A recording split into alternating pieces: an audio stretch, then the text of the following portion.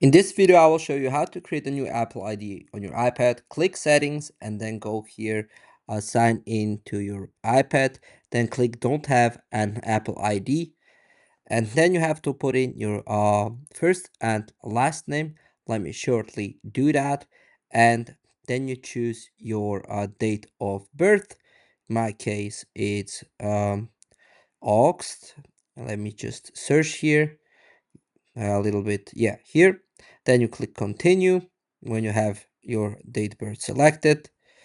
And then you have to select an email address that you didn't use before, and then it asks for a password. Make sure your password has nothing to do with your Gmail address or your name, as later on in the video we'll see you won't be accepted. So change that, then you find the country, and then you have to put in your phone number and put in a code, and after that you just can accept, and that's basically it. As simple as that, but just make sure you don't use the same password of your name or something like that.